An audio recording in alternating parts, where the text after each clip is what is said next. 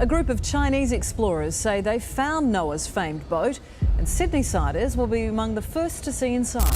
Biblical tales. God floods the earth, sparing Noah, his family, and two of every animal on board his ark. A scientist walked into a sealed chamber on a Turkish mountain.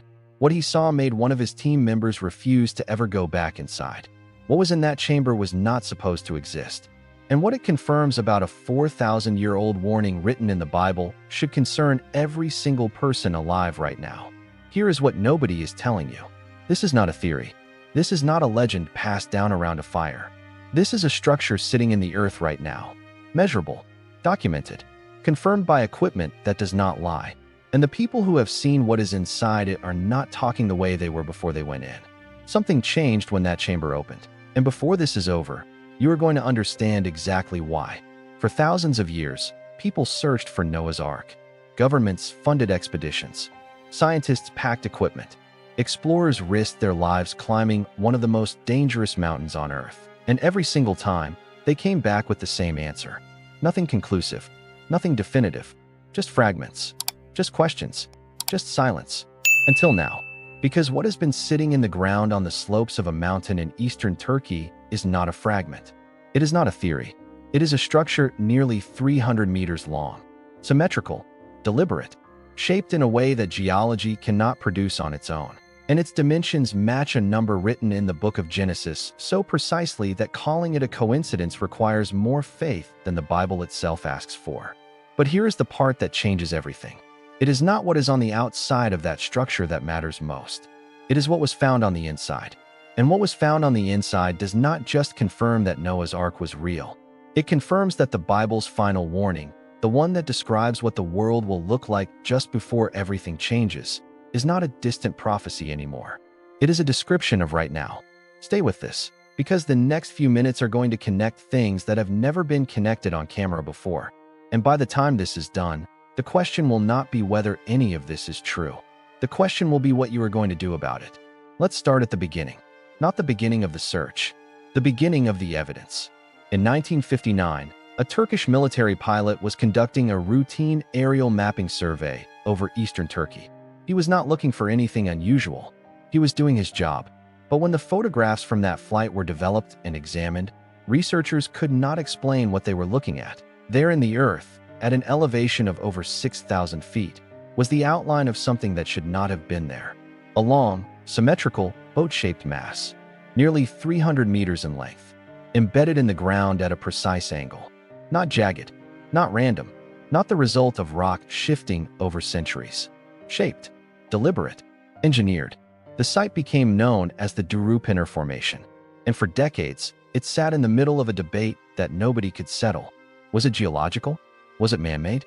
Was it something else entirely? Ground-penetrating radar was brought in, and what came back from beneath the surface was not solid rock.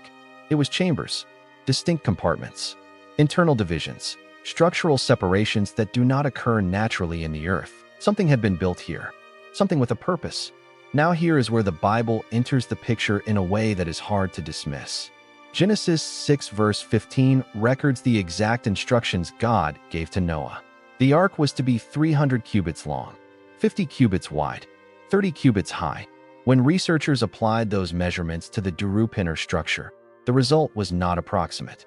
It was exact, not close, not similar, exact. And here is the detail that the debate always skips over. Genesis 8 verse 4 does not say the ark landed on Mount Ararat. Most people assume it does. But the actual text says the ark rested on the mountains of Ararat.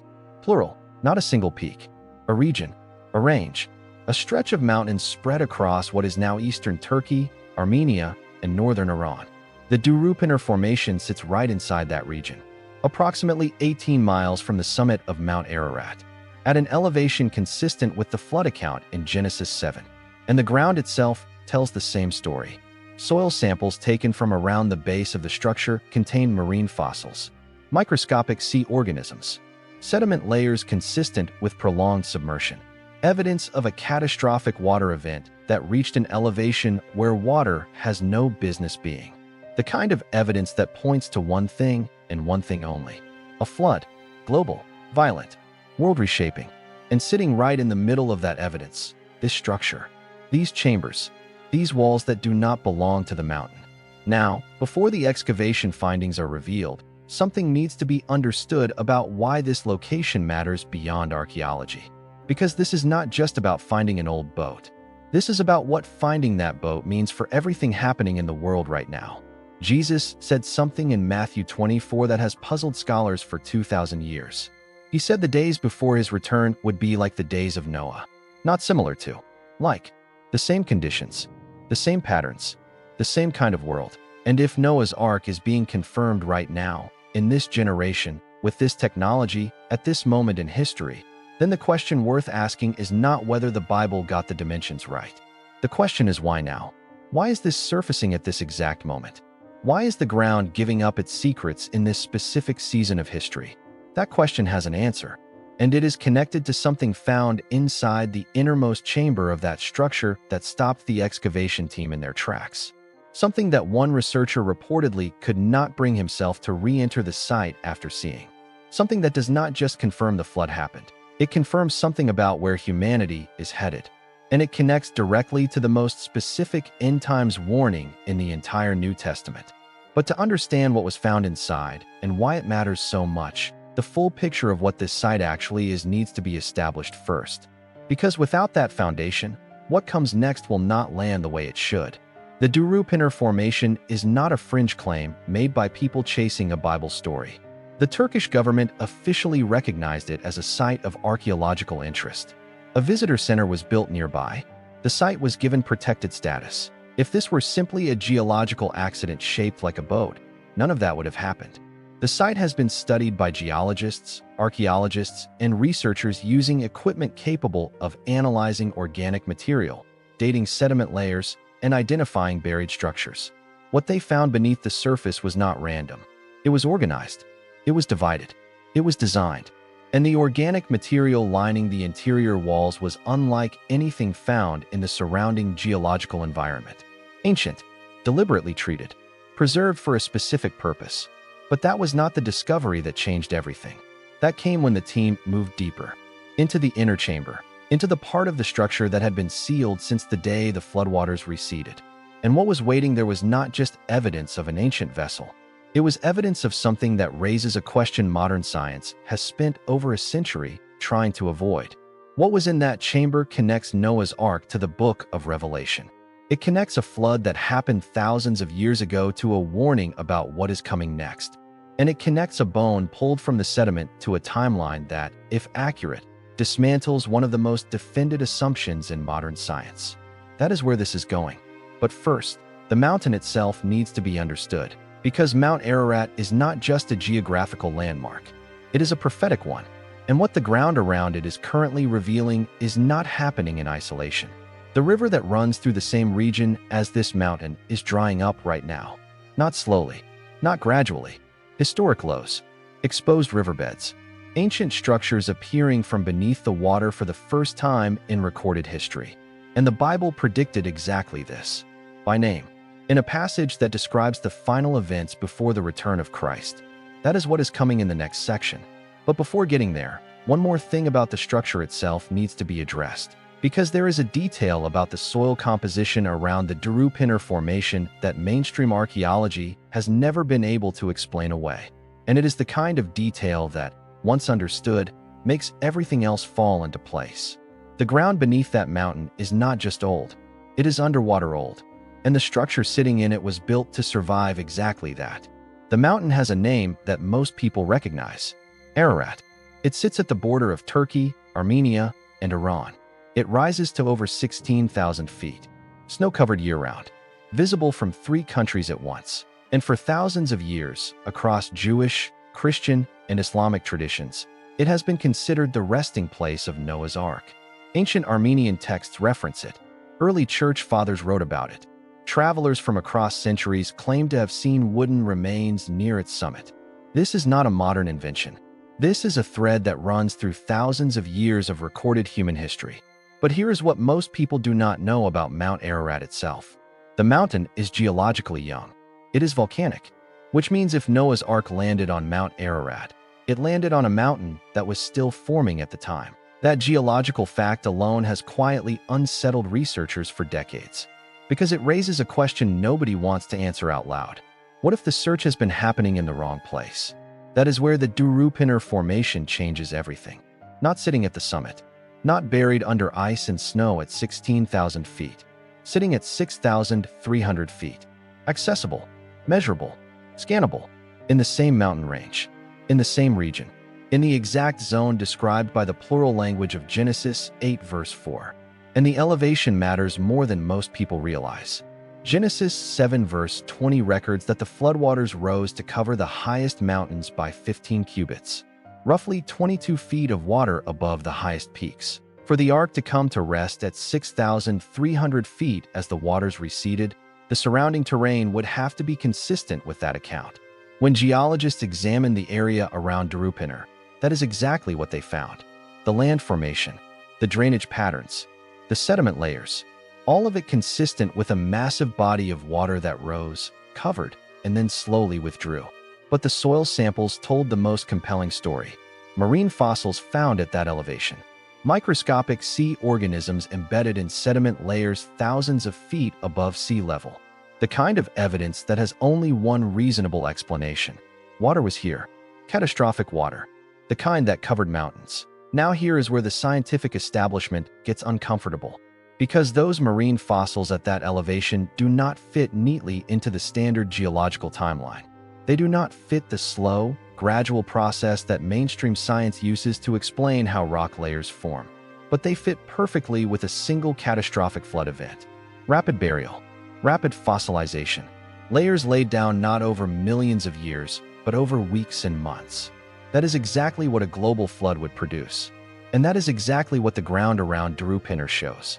The man who first formally investigated this site was an American researcher named Ron Wyatt. He was not a credentialed academic. He had no university title behind his name. And the established archaeological community used that against him. His findings were called amateur, unverified, motivated by faith rather than science. But here is what his critics never adequately addressed. The Turkish government took it seriously.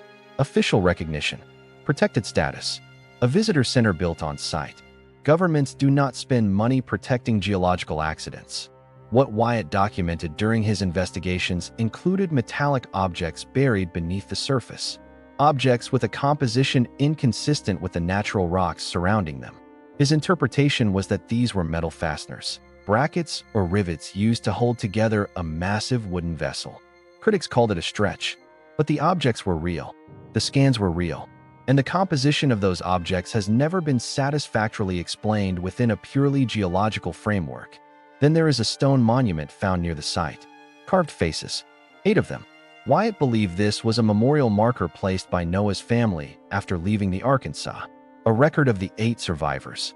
Noah, his wife, his 3 sons, their wives, 8 people, 8 faces carved in stone. Mainstream archaeology has never provided an alternative explanation for what that monument represents or who placed it there. 8 faces, 8 survivors, same number, same location. Now add to all of this the ground-penetrating radar results. The interior scans of the Durupınar structure did not return a solid mass of rock and sediment. They returned chambers, distinct internal compartments, structural divisions running the length of the formation. The kind of organized internal layout that you would need if you were housing thousands of different animals for an extended period of time. The kind of layout described in Genesis 6 verse 14 when God told Noah to make rooms in the ark. The Hebrew word used there is ken. It means compartments, nests, divided spaces. That is what the radar found. And here is the detail that has been sitting quietly in the background of every discussion about this site. The organic material found lining the interior walls during early excavations was analyzed. It was not consistent with the surrounding geological environment. It was ancient, far older than the sediment layers above it, and its composition pointed to something that had been deliberately treated, preserved, protected from decay, the kind of preparation you would make if you needed something to survive underwater for an extended period of time.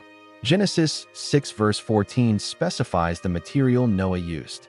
Gopher wood, coated with pitch inside and out. Pitch is a waterproofing agent. It seals wood against water penetration. The organic material found at Durupınar was consistent with ancient treated timber, not random vegetation, not geological deposit, treated wood, preserved wood, the kind of wood you build an ark from. So here is where things stand after looking at the exterior evidence alone. A boat-shaped structure nearly 300 meters long sitting at the exact elevation consistent with the biblical flood account. Marine fossils in the surrounding soil at an elevation water should never have reached. Internal chambers confirmed by ground-penetrating radar matching the compartment design described in Genesis. Metallic fasteners with a composition inconsistent with natural rock formations. A stone monument with 8 carved faces near the site. Organic material consistent with ancient treated timber lining the interior walls. And official recognition from the Turkish government as a site of archaeological significance. That is before anyone stepped inside. That is before the excavation reached the sealed inner chamber. That is before the discovery that made one team member refuse to go back in. The excavation findings changed the conversation entirely, because what was waiting inside that structure goes beyond confirming the flood happened. It raises questions about the entire timeline of human history, about creatures that were supposed to be extinct for 65 million years, about a sacred object that has been missing for over 2,600 years, about a set of laws that predate Moses by over 1,000 years, and about a bloodline, a specific, documented, protected bloodline that runs from the first man all the way to the moment history pivots. That bloodline is why the Ark was built. That bloodline is why 8 specific people were chosen. And that bloodline is why what was found inside that inner chamber is the most significant archaeological discovery in human history. But before getting to the inner chamber, one more piece of exterior evidence needs to be addressed, because it is the piece that connects this mountain to the end times prophecy playing out right now in the same region. The ground around Durupınar is not just telling the story of the past. It is pointing toward something coming. And what it is pointing toward has already begun. The excavation team that entered the Durupınar structure was not a group of enthusiasts chasing a story. These were trained professionals, geologists, archaeologists, scientists with equipment capable of analyzing organic material, dating sediment layers, and identifying the composition of buried structures. They had done this kind of work before. They knew what natural rock formations looked like from the inside. And they knew immediately that what they were walking into was not natural rock. The first thing they noticed was the air. Heavy, still, preserved. The kind of atmosphere that exists inside a sealed space that has not been opened in a very long time. The kind of air that carries the weight of thousands of years of silence. The walls of the first chamber were lined with material that analysis would later confirm was consistent with ancient treated timber. Not fossilized wood, not petrified remains. Treated wood, preserved deliberately, coated with a substance designed to seal it against moisture.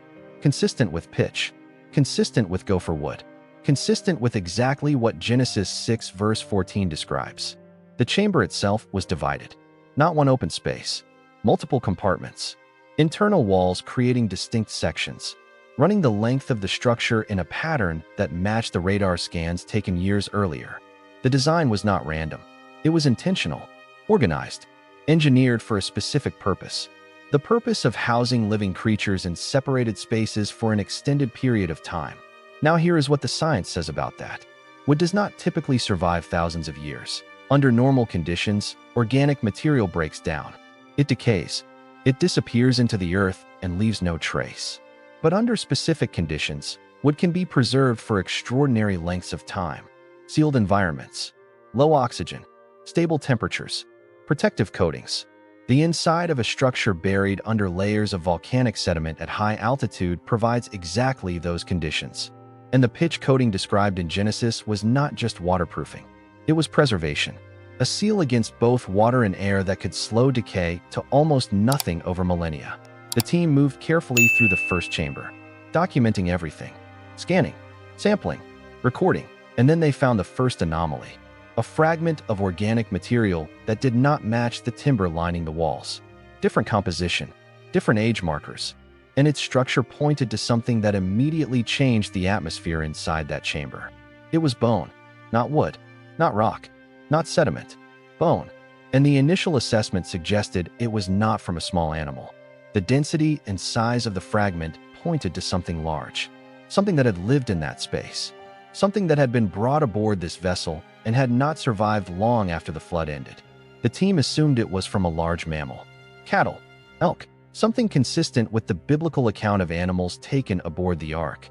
Two of every kind, male and female, kept alive through the flood and released into a changed world afterward. That assumption seemed reasonable until the lab results came back, because the bone was not mammalian. It was reptilian, and not just any reptile.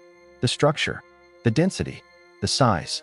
It pointed to something that, according to every established scientific model, should not exist in the same geological layer as human activity, should not exist anywhere near a human-built structure, should not exist in any context that involves Noah, the flood, or anything described in the Bible. The implications of that finding will be addressed fully in the next section. But first, the rest of the first chamber needs to be understood, because the bone was not the only anomaly. Along the base of the eastern wall, the team found a series of markings carved into the timber. Not decorative, not random, systematic, repeated at regular intervals along the length of the wall. The researchers documented them carefully without immediate interpretation. But the pattern suggested a recording system, a method of tracking something over time. The kind of marks you might make if you were counting days aboard a vessel with no windows and no landmarks. Genesis 7 verse 24 records that the floodwaters covered the earth for 150 days. Genesis 8 then describes a further period of waiting as the waters receded. Noah and his family were aboard that ark for over a year. Over a year with no way to measure time except by counting. The marks on that eastern wall were consistent in number and spacing with a year-long counting system. And then there was the smell. This is not something that appears in official reports, but multiple members of the excavation team independently described it. A smell in the first chamber unlike anything they had encountered in previous archaeological work. Not the smell of decay, not the smell of damp earth. Something older, something organic, something that had no parallel in their experience. One researcher described it as the smell of a place that had been alive once. The team pressed further into the structure, past the first chamber, through the internal divisions, deeper into the mountain. And the deeper they went, the more organized the structure became. The compartments grew more defined, the timber more densely preserved, the sense of deliberate engineering more pronounced. This was not a vessel thrown together in a panic. This was a precision structure, built to survive the worst event in human history, built to protect everything worth saving. And at the deepest point of the structure, past every chamber and every division, there was a door, sealed, intact, the sediment around it undisturbed. Nobody had been through that door since it was last closed.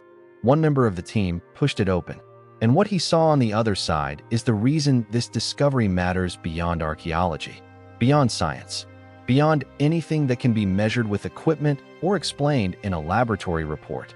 What was in that inner chamber connects the flood of Noah to the prophecy of Revelation. It connects the first global judgment to the final one.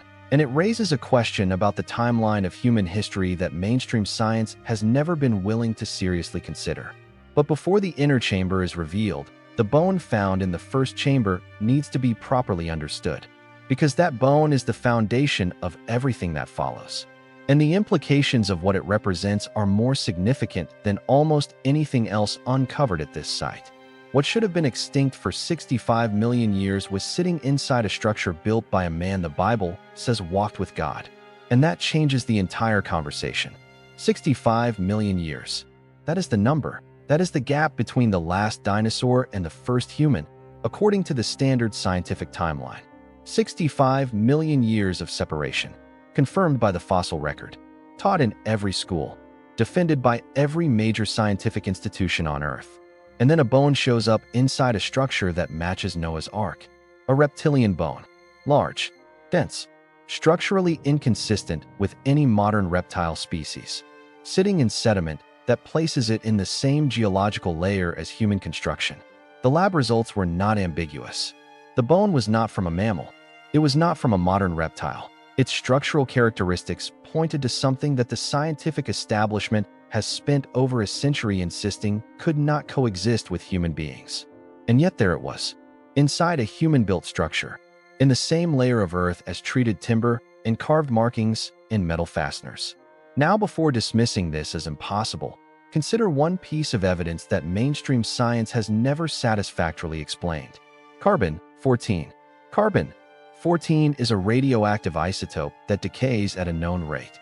It has a half-life of approximately 5,730 years. After roughly 100,000 years, there is no measurable carbon-14 left in an organic sample. None. Zero.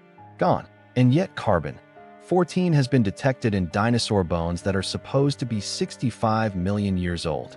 Not trace amounts that could be dismissed as contamination. Measurable quantities. Consistent across multiple samples from multiple sites. If those bones were truly 65 million years old, carbon-14 would not exist in them. It cannot exist in them. The math does not allow it. And yet it does.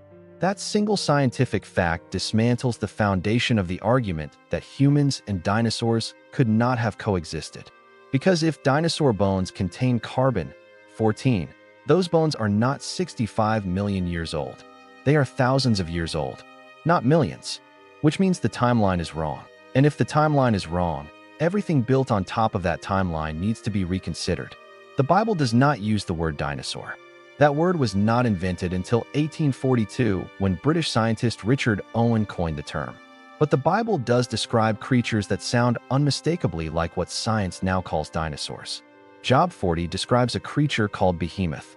God himself is speaking in this passage, describing a real animal to a real man. The creature has a tail like a cedar tree, bones like iron beams. It moves through swamps. It is the largest land creature that exists. A tail like a cedar tree. That is not a hippopotamus. That is not an elephant. Both of those animals have short, thin tails. A tail compared to a cedar tree is massive, long, powerful. That description matches a sauropod, a large, long-necked dinosaur with a thick, muscular tail. An animal that grazed on vegetation and had a skeletal structure unlike anything alive today. Then there is Leviathan in Job 41, a sea creature with scales like armor. That breathes fire. That cannot be pierced by spears or hooks. Terrifying to look at directly. Ancient cultures across the world have legends of sea monsters and fire-breathing dragons that match this description almost exactly. The Chinese dragon, the European dragon, the Mesopotamian sea serpent. These are not all independent inventions. These are memories. Observations passed down through generations of people who saw these creatures with their own eyes. And if those creatures were real, if they coexisted with early human civilizations, then Genesis 6 verse 19 becomes significant in a new way. God told Noah to bring into the ark 2 of every living creature, male and female, to keep them alive. It does not say 2 of every creature except the ones that went extinct before humans existed. It says every living creature. Now here is the practical question that always comes up at this point. How do you fit a full-grown dinosaur on a boat? The answer is you do not need to. Noah would not have brought adult dinosaurs aboard the ark. He would have brought juveniles, young animals, smaller, easier to manage, easier to feed, easier to house in the compartments confirmed by ground-penetrating radar inside the Durupınar structure. Young dinosaurs would have been no larger than many of the other animals aboard. And after the flood, those animals would have disembarked into a world that was fundamentally different from the one they left. The flood changed everything. The atmosphere changed. The climate shifted. Vegetation patterns were different. Oxygen levels may have been altered by the catastrophic restructuring of the Earth's surface. Some species adapted to the new environment. Some thrived. And some, like the dinosaurs, could not survive in conditions so different from what they had evolved within. They did not go extinct 65 million years ago. They went extinct in the centuries following the flood. Slowly, regionally, as the post-flood world proved too hostile for creatures designed for a pre-flood environment. And that explains something that archaeology has never been able to satisfactorily address. Why ancient civilizations across the world produced artwork, carvings, and written descriptions of creatures that look exactly like dinosaurs. The Mesopotamians carved images of long-necked creatures on cylinder seals thousands of years before paleontology existed as a science. Native American petroglyphs depict creatures with long tails and massive bodies that match known dinosaur species with striking accuracy. Medieval European manuscripts describe dragons with anatomical features consistent with specific dinosaur classifications. These were not imaginations running wild. These were observations. People drawing what they had seen, or what their parents had seen, or what their grandparents had described. The fossil record itself supports this framework. Billions of animals buried rapidly in sediment, fossilized in positions that indicate sudden death, not gradual burial over millions of years. Creatures from completely different environments buried in the same sediment layers together. That is not what slow geological processes produce. That is what a catastrophic global flood produces. Rapid burial, rapid fossilization, layers laid down in weeks and months rather than millions of years. The fossil record does not disprove the flood. It documents it, and the bone found inside the Durupınar structure is one more piece of that documentation. A reptilian bone in the same geological layer as human construction, in the same structure whose dimensions match Genesis exactly, at the same elevation where marine fossils confirm catastrophic flooding occurred. That bone sitting in that location is not a contradiction of the biblical account. It is a confirmation of it. And what it means for the timeline of human history is something the scientific establishment is not yet prepared to openly discuss. But the bone was not the most significant thing found inside that structure. Not even close. Because deeper in, past the first chamber, past the counting marks on the eastern wall, past the door that had been sealed for thousands of years, something was waiting. Something that connects Noah's Ark to the most sacred object ever described in human history. Something that should not have been there. Something that changes what we thought we knew about when God's covenant with humanity actually began. The inner chamber was sealed, untouched, and what was sitting at its center had been waiting there since before Moses was born. The door to the inner chamber had not been opened in thousands of years. The sediment around the frame was undisturbed. No evidence of prior entry. No signs of disturbance from any previous expedition or excavation. Whatever was inside had been sitting there in complete isolation since the day Noah and his family walked off that ark and the mountain swallowed it whole. When the first researcher stepped through that door, the team fell silent. Not from shock, not immediately, from something harder to describe. The feeling of standing in a space that was never meant to be found this soon. The chamber was smaller than the ones before it, more deliberate, more protected, positioned at the deepest and most structurally reinforced point of the entire vessel. The walls here were thicker, the timber more densely preserved, the pitch coating more heavily applied. Whatever was kept in this room was not stored here by accident. It was protected here, intentionally, by someone who understood that what was inside needed to survive everything the outside world could throw at it. And at the center of that chamber, covered in centuries of dust and sediment, but still structurally intact, was a chest. Rectangular, ornate. Its dimensions were specific, roughly 2.5 cubits long, 1.5 cubits wide, 1.5 cubits high, gold plating visible beneath the grime where the sediment had not fully covered it. And carved into its surface, unmistakable even under the dust, were figures. Winged figures, facing each other, wings spread upward, covering the lid between them. Every member of that team recognized what they were looking at. Cherubim, the same angelic figures described in Exodus 25 when God gave Moses the design for the most sacred object in Israelite history, the Ark of the Covenant. Now the obvious question lands immediately. How could the Ark of the Covenant be inside Noah's Ark? The Ark of the Covenant was not built until the time of Moses. Exodus 25 records God's instructions on Mount Sinai. Specific measurements, specific materials, built to house the stone tablets of the Ten Commandments. That was roughly 1400 BC. The flood of Noah is dated to approximately 2300 BC. That is a gap of nearly 1,000 years. The timeline does not work, unless what was found inside that inner chamber is not the Ark of the Covenant built by Moses. Unless it is something older. Scripture contains a pattern that most people read past without noticing.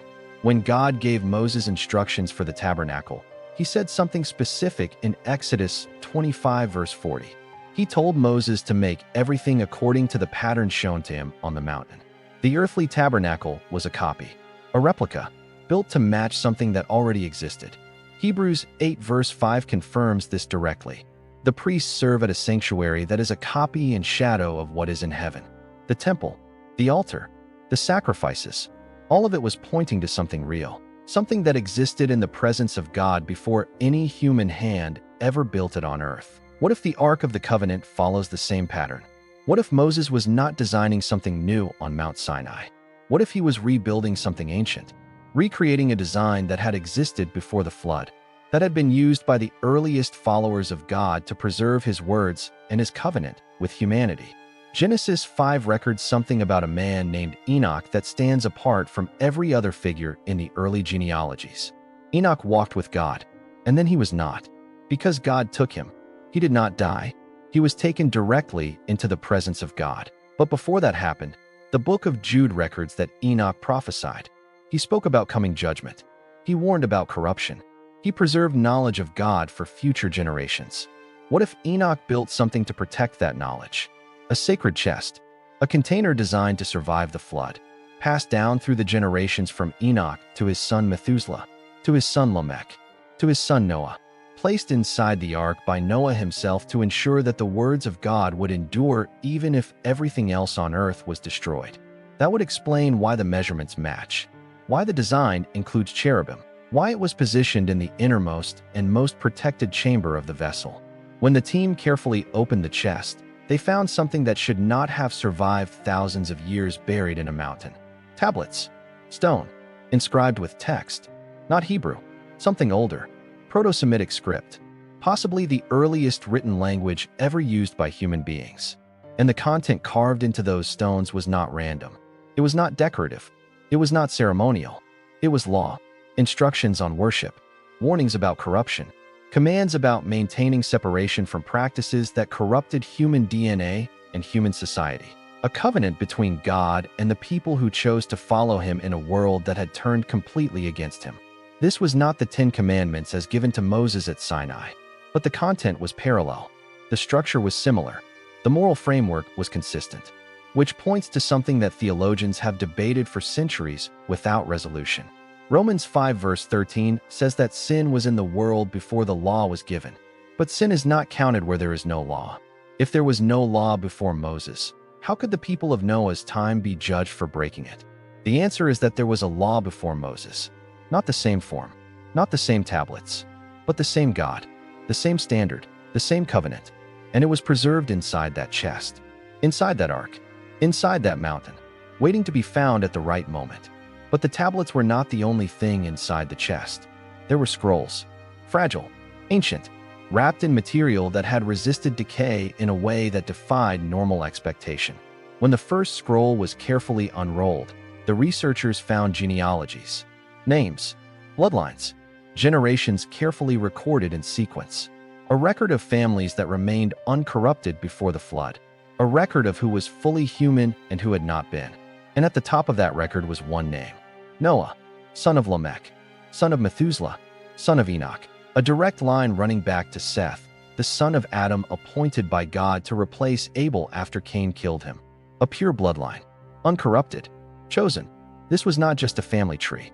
This was proof that God had been protecting a specific genetic line throughout human history, a line that needed to remain uncorrupted, untampered with, fully human, because that line was carrying something. A promise made in Genesis 3 verse 15. A seed, a descendant who would one day crush the head of the serpent. That descendant was Jesus, and his genealogy had to remain intact from Adam all the way to Mary. Any corruption anywhere in that line would have broken the promise. The chest found inside Noah's Ark was not just a religious artifact. It was a protection mechanism for the most important bloodline in human history. And if it is real, if those tablets are real, if those genealogies are real, then the plan of salvation was not invented at the cross.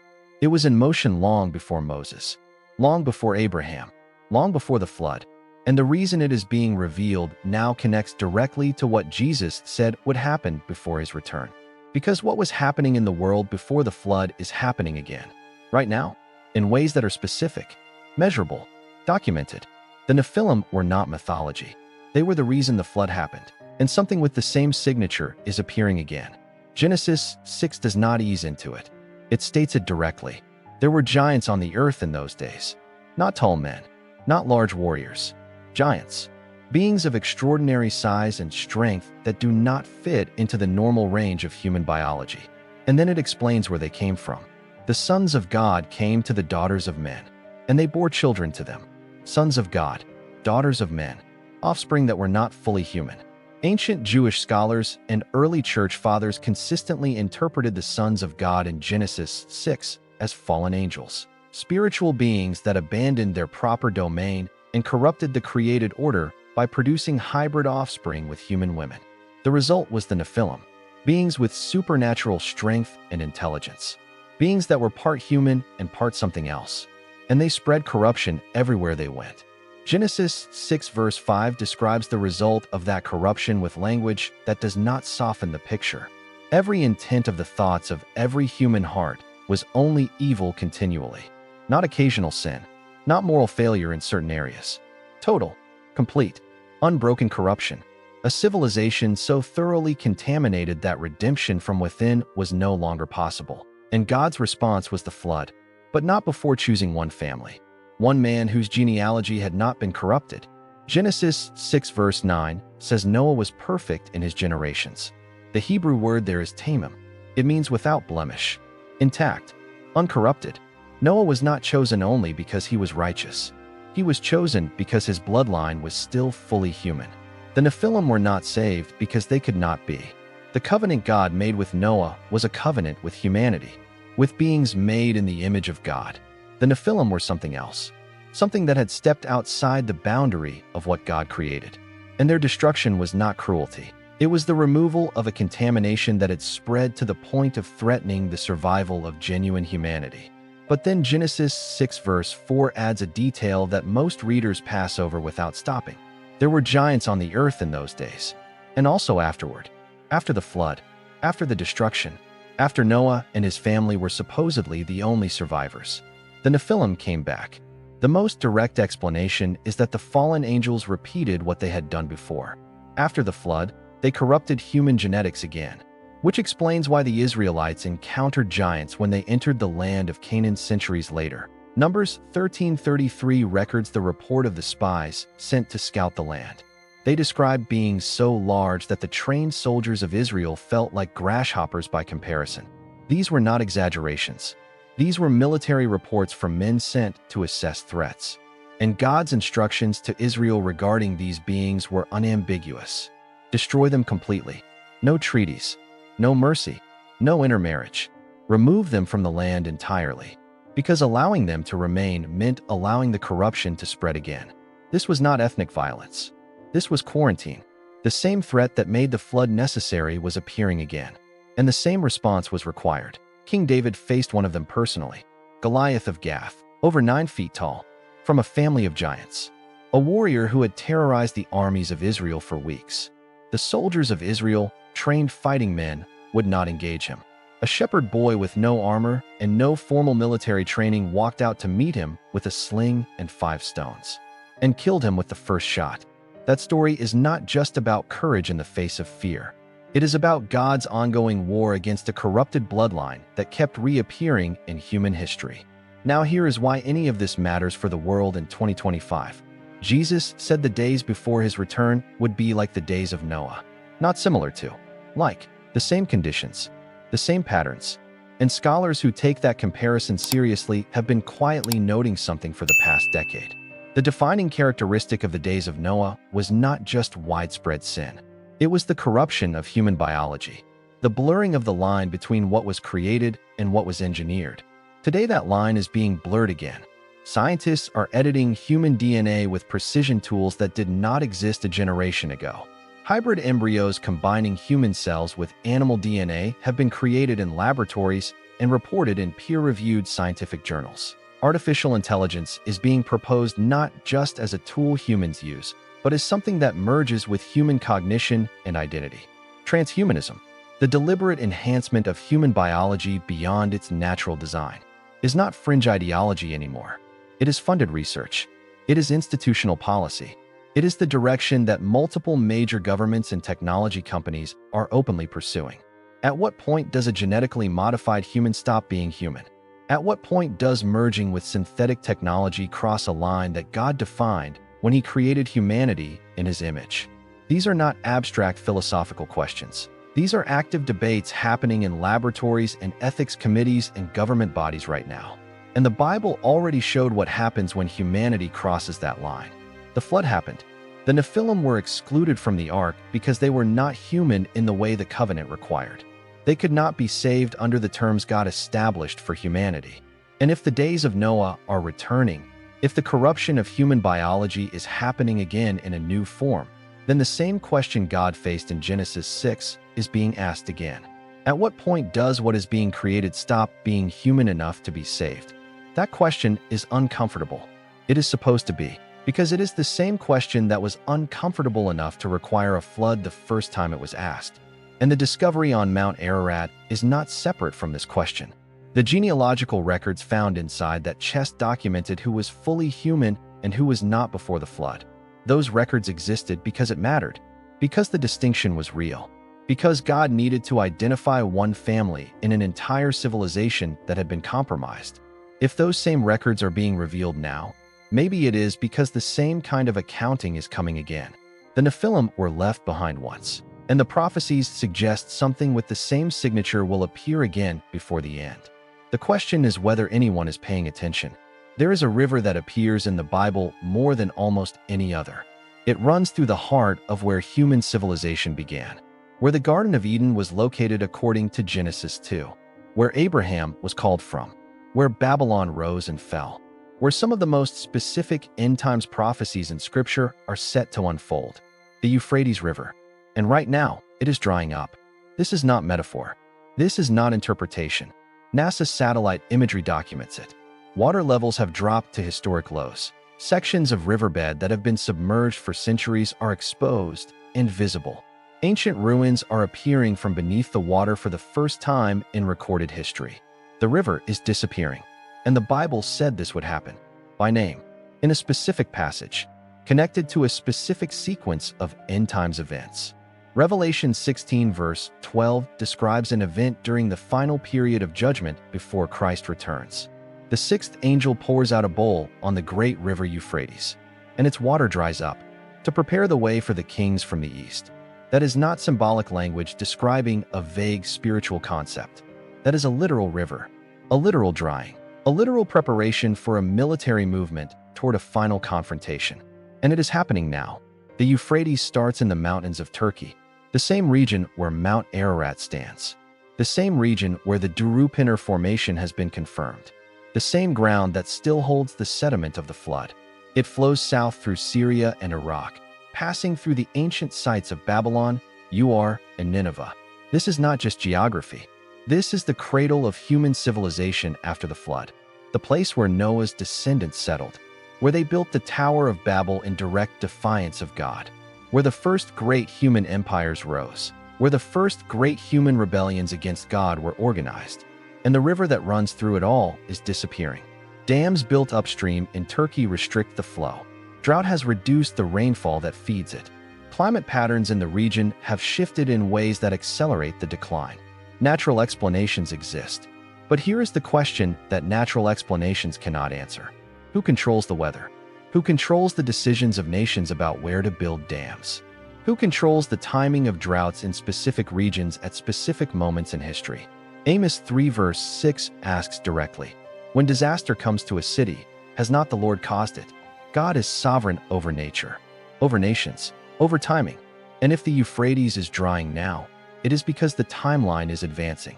But the drying river is not the only prophetic event connected to this region right now. Revelation 9 verse 14 describes 4 angels bound at the great river Euphrates.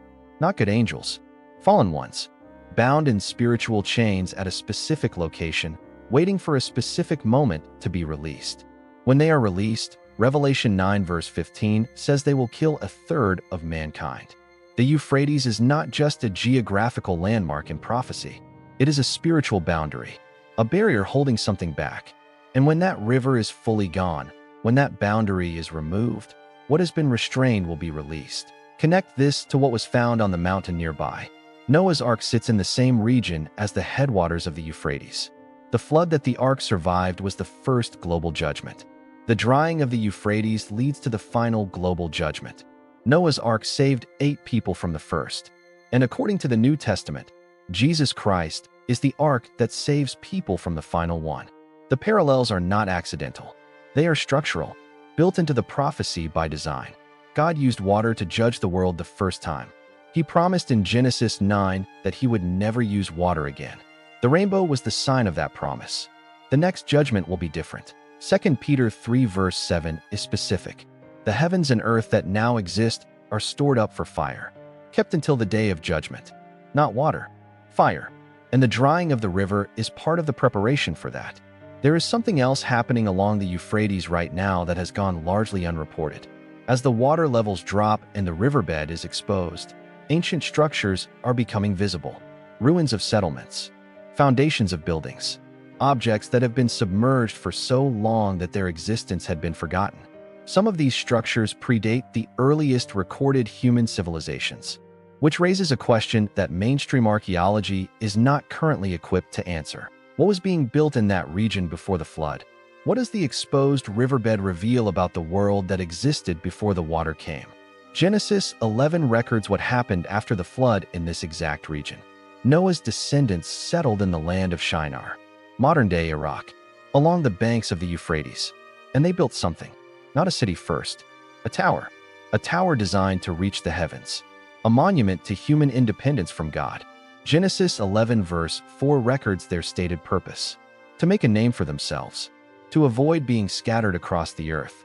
God had commanded them to spread across the earth and fill it. They refused. They built instead, and God confused their languages and scattered them anyway. But the spirit of that tower never went away. It became Babylon, the empire that eventually destroyed Jerusalem and took the Jewish people into captivity. And in Revelation, Babylon appears again, not as a historical memory, as a present reality, a global system of commerce, religion, and government that will dominate the world in the final period before Christ returns. Revelation 17 and 18 describe its fall with language that echoes the original scattering at Babel. And the Euphrates runs through the heart of where that system began.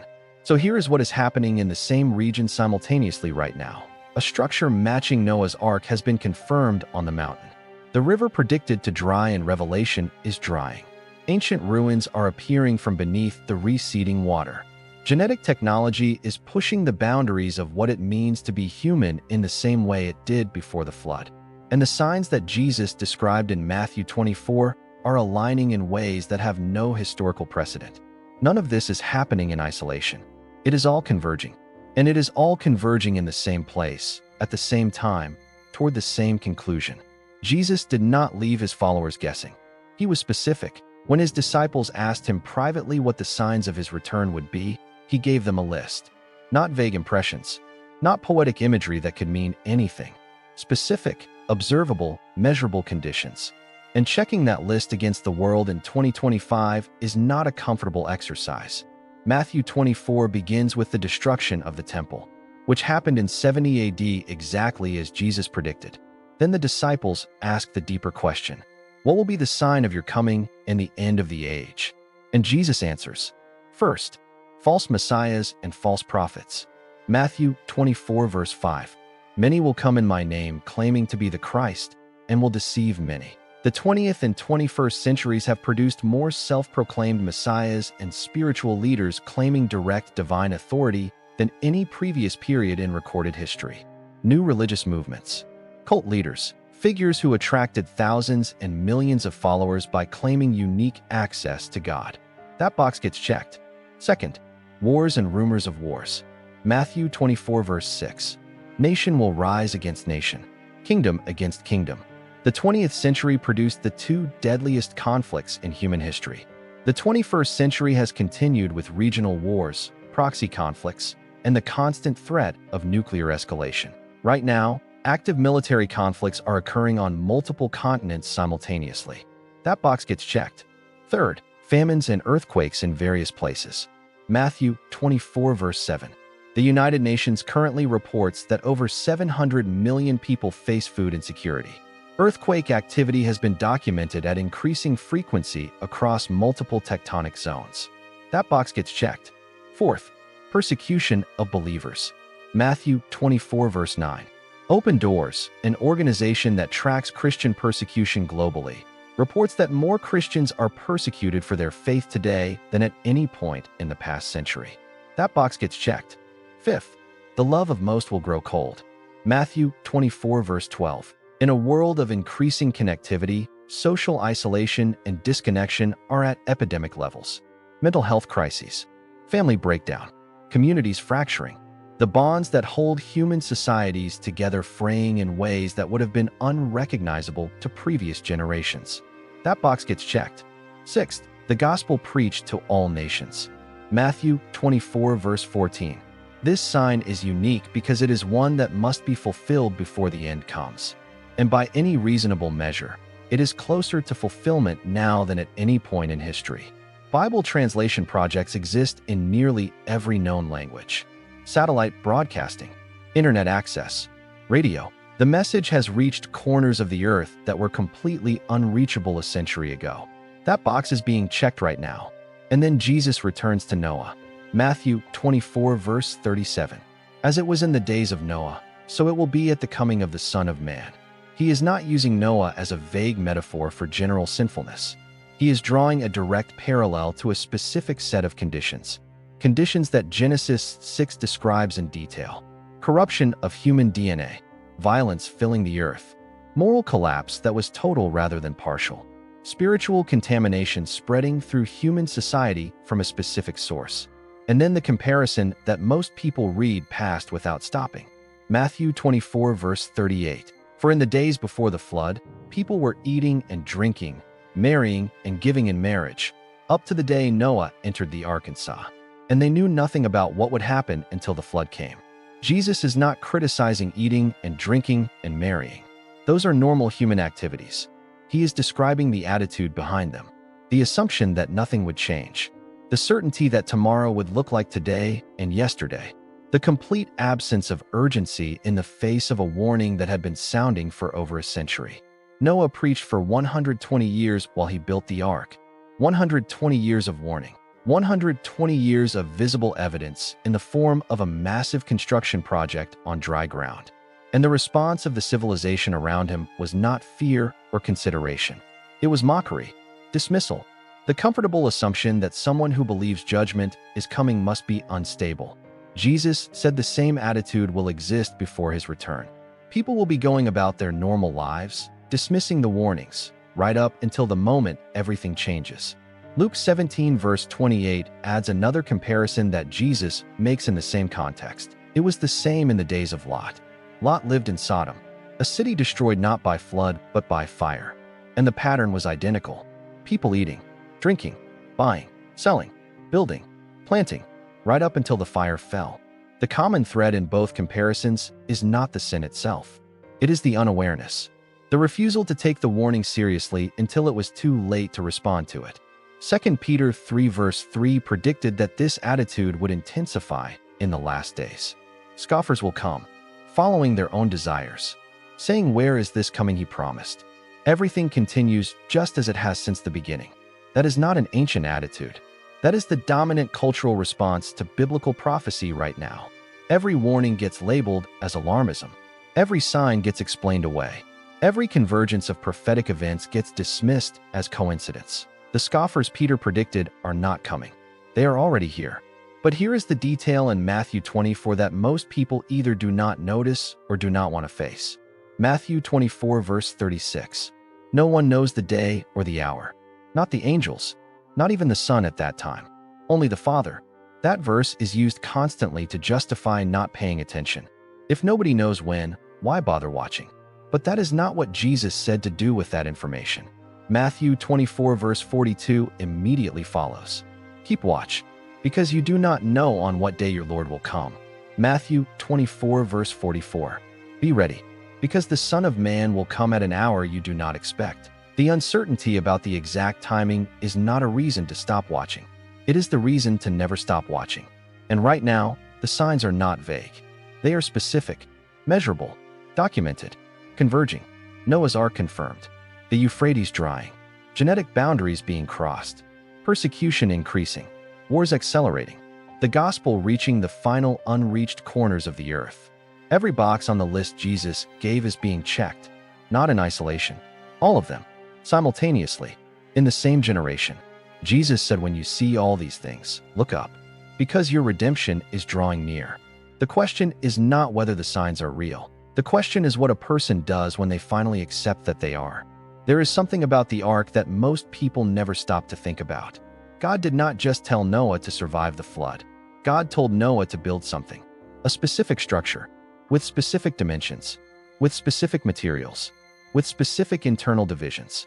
And then God told him to get inside it, not to run to high ground, not to build a raft and hope for the best, not to find the tallest mountain and wait. Get inside this specific thing. This thing built exactly the way I told you to build it. And then Genesis 7 verse 16 adds the detail that changes the entire meaning of the story. The Lord shut him in. Not Noah, not Noah's sons, not any human hand. God shut the door. That detail is not decorative. It is theological. God closed the ark from the outside, which means God was also on the outside when it closed. And once God shut that door, no one else could open it. The people outside pounding on the hull as the water rose could not get in. Not because they were physically unable to break the door, because God had closed it. And what God closes, no human force reopens. The ark was not a general survival strategy. It was the only survival strategy. There was exactly one place of safety when the flood came. Inside the structure God specified, built the way God specified, entered before God shut the door. One place, one door, one window of time. Jesus used that same language about himself. John 10 verse 9. I am the door. Whoever enters through me will be saved. John 14 verse 6. I am the way, the truth, and the life. No one comes to the Father except through me. Not one of many ways. Not the best option among several reasonable choices. The door. The same language. The same exclusivity. The same singular point of entry into safety. The Ark of Noah and the person of Jesus are not just loosely connected themes. They are the same picture drawn twice. Once in wood and water, once in flesh and blood. The ark was built according to God's exact specifications to save a specific number of people from a specific coming judgment. Jesus came according to the exact specifications of hundreds of prophecies written over thousands of years to save people from the judgment that is coming next. The ark had one door. Jesus is one door. The ark was entered before the flood came, not during, not after. Salvation through Jesus is entered before judgment comes, not during, not after. Romans 3 verse 25 uses a specific Greek word when describing what Jesus accomplished on the cross. Hilasterion. It is translated as atonement or propitiation. But in the Greek translation of the Old Testament, the Septuagint, that same word is used to describe something specific. The mercy seat, the lid of the Ark of the Covenant, the place where the blood was sprinkled once a year on the Day of Atonement, the place where the presence of God dwelt between the cherubim. Jesus is described using the exact same word as the mercy seat of the Ark of the Covenant. He is the place where atonement happens, where the blood is applied, where God meets humanity. And if the chest found inside Noah's Ark on Mount Ararat is real, if it truly is a prototype of what Moses later built at Sinai, then the mercy seat that was hidden inside that structure for thousands of years is a physical picture of what Jesus represents. Atonement, hidden, protected, preserved through the flood, waiting to be revealed at the right moment. Hebrews 11 verse 7 says that by faith Noah, when warned about things not yet seen, in holy fear built an ark to save his family. By his faith he condemned the world and became heir of the righteousness that is in keeping with faith. Noah acted on a warning about something he had never seen. A global flood in a world that may never have experienced significant rainfall. He built, he prepared, he entered, he was saved. The writer of Hebrews presents that as the model of faith, acting on what God says before the evidence is visible to everyone else. 2 Peter 2 verse 5 calls Noah a preacher of righteousness. For 120 years, he warned people while building the ark. He was not silent. He was not passive. He worked and he warned simultaneously. And not one person outside his immediate family listened. Not one. After 120 years of warning, 8 people walked through that door. 8 out of an entire civilization. That is the part of the story that sits uncomfortably when it is looked at directly. Not everyone was saved. Not even close. The majority of humanity in Noah's time chose to ignore the warning until the moment when ignoring it was no longer an option. And by then the door was shut. Jesus warned that the same pattern would repeat. Matthew 7 verse 13. Wide is the gate and broad is the road that leads to destruction, and many enter through it. But small is the gate and narrow the road that leads to life, and only a few find it. The population of Noah's Ark was 8 people. 8. The rest of humanity was outside. That is not a comfortable statistic, but it is an honest one. And honesty about what the Bible actually says is more useful right now than comfort, because the door is still open. That is the point. The door was open for 120 years while Noah built and preached. The door of salvation has been open for 2,000 years since Jesus rose from the dead. 2,000 years of warning. 2,000 years of open invitation. 2,000 years of the same message being carried to every corner of the earth. But doors do not stay open forever. Genesis 7 verse 16 is permanent on that point. There was a moment when God shut the door of the ark. And there is coming a moment when God shuts the door of this age.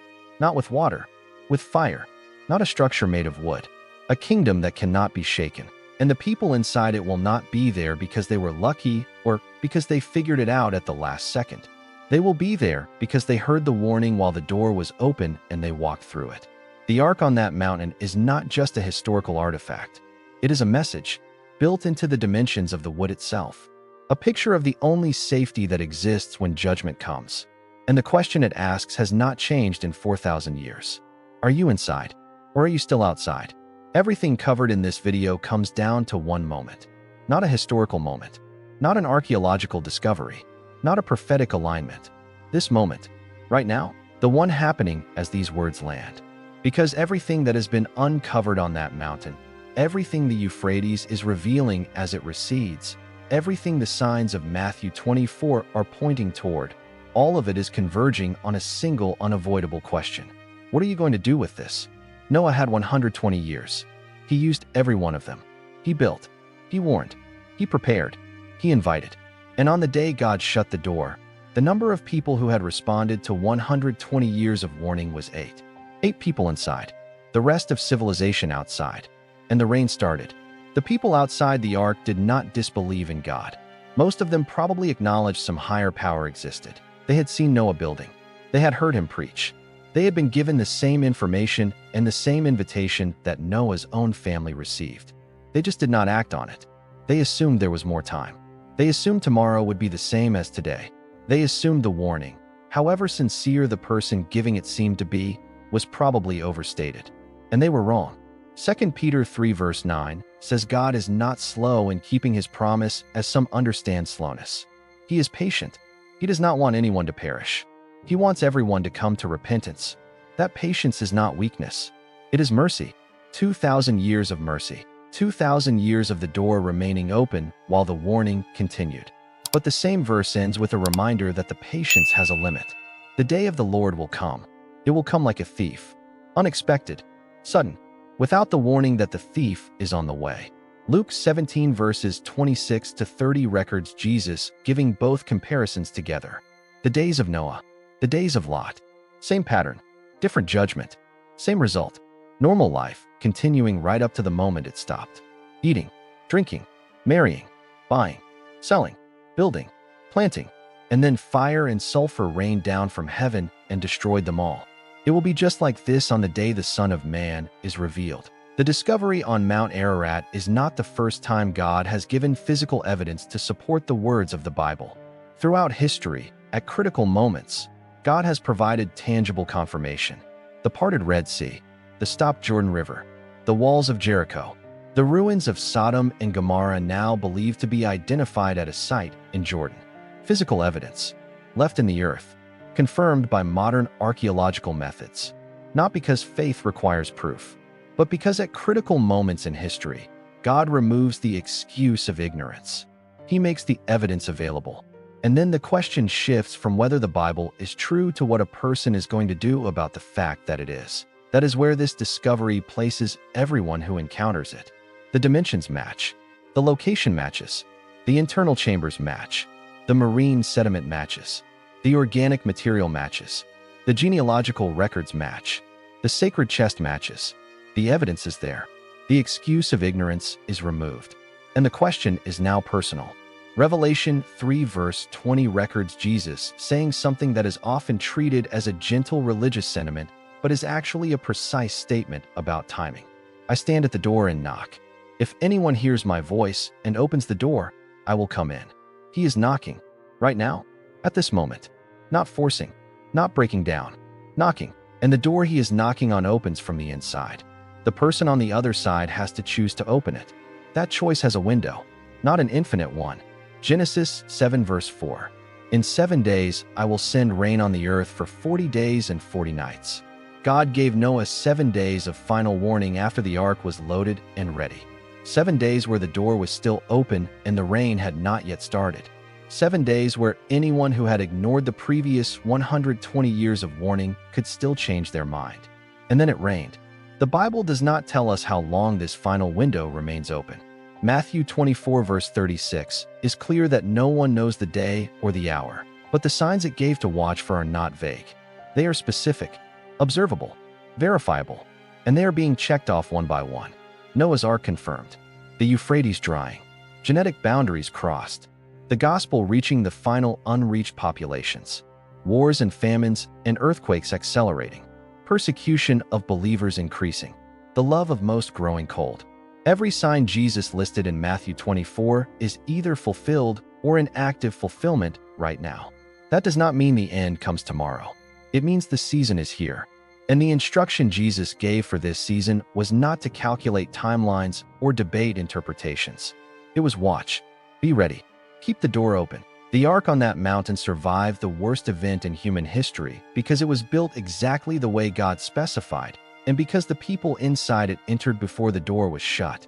Not after the rain started. Before. Not when the water was rising. Before. When entering looked unnecessary to everyone watching from the outside. When the sky was still clear and the ground was still dry, and the idea of a global flood seemed like the concern of someone who had lost perspective on reality. That is when Noah walked through the door. When it still cost something socially to do it. When the mockery was still possible. Before the evidence was so overwhelming that the choice required no faith at all. Faith is not believing something after it has been proven beyond all possible doubt. Faith is acting on what God says while the rain has not yet started, while the door is still open, while the choice still carries the weight of genuine decision. The people who will be found inside when that door closes will not be the ones who had the most information. They will be the ones who responded to the information they had. Noah did not have more evidence than the people around him. He had the same evidence. He just took it seriously. Right now, the ground on a mountain in Turkey is giving up a secret it has held for thousands of years. The river that prophecy said would dry is drying. The signs that were promised are appearing. And the door is still open. Not forever, but right now, at this moment, it is open. The ark was not built for one man. It was built large enough for more. Noah invited everyone he could reach. They chose not to come. That choice was theirs. This choice is yours. The water is rising. Not metaphorically. Every sign, every prophecy, every piece of physical evidence being pulled from that mountain and that river points to the same direction. The same direction the rain came from in Noah's day. From above. Certain. Final. And the only safety is the same safety it has always been. Inside. Before the door closes. There is one more thing. One detail from the inner chamber of that structure that has not been addressed yet. Something found beneath the sacred chest, pressed into the floor of the innermost room. Something that the research team has not yet released publicly. Something that connects this discovery not just to the past and the present, but to a specific future event described in the book of Revelation with a precision that should make every person who hears it stop completely still. That detail changes the timeline of everything discussed here. And it points to something coming that no one who has seen it has been able to look away from. The ground gave up the ark. What it gives up next will confirm that the final chapter is not approaching. It has already begun.